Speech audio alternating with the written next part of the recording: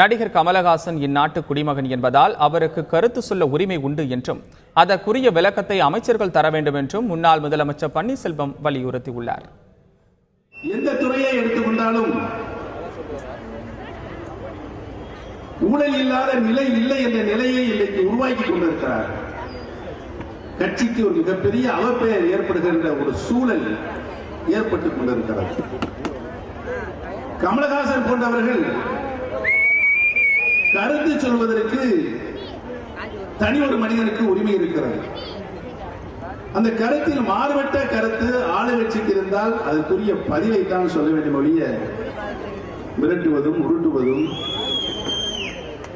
இவைகளெல்லாம் ஒரு நல்ல அரசுக்கோ அல்லது பொறுப்பில் இருக்கின்ற அமைச்சருக்கோ அழகல்ல.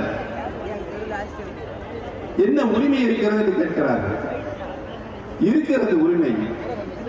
கமலஹாசன் இந்த நாட்டுடைய பிரஜை, தமிழ்நாட்டினுடைய அங்கம், அவருக்கு உரிமை இருக்கிறது.